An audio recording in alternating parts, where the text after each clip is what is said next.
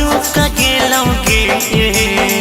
लागो पिचकारी हमर चूक गेलोगे छौरा रुक रुक रुक भीतर ढुक गेलौ रे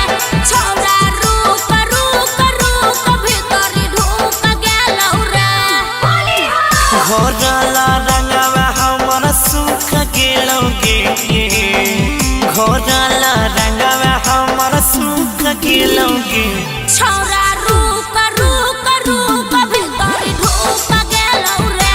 छौरा रुक रुक रुक भीतर ढुक गेलौ रे भीतर ढुक गेलौ रे गणपति रिकॉर्डिंग स्टूडियो भवानीपुर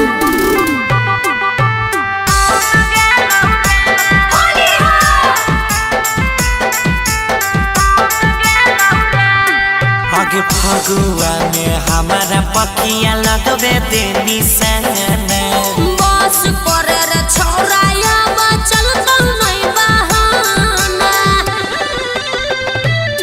आगे फगुआ में हमारा पकिया लगबे देनी संगना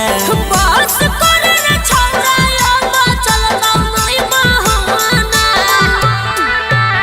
सुनी तोरे बतिया दिलवा दुख गेलोगे सुनी तोरे बतिया दिलवा दुख गेलोगे छौरा रुक रुक रुक भीतर ढुक गेलौ रे छौरा रुक रुक रुक भीतर ढुक गेलौ रे भीतर ढुक गेलौ रे गणपति रिकॉर्डिंग स्टूडियो भवानीपुर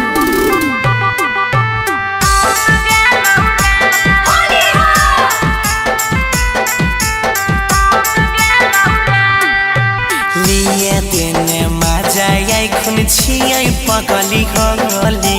ओइसने ओइसने बात बोल के खोलबे सुमन के चोली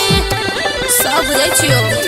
आज लिए देने मजा आई खुन छियै पगली गली ओइसने ओइसने बात बोल के खोलबे सुमन के चोली